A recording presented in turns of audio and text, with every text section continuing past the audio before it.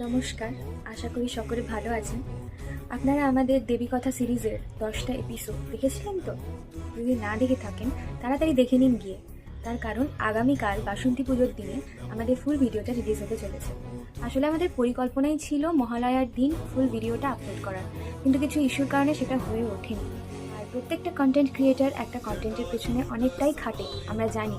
কিন্তু তা সত্ত্বেও যখন আমার বাচ্চারা খেটেছে, এত এত পরিশ্রম করেছে, একটা আশা নিয়ে এগিয়েছে, তখন তাদের আবদার আমি আর ফেলতে পারিনি।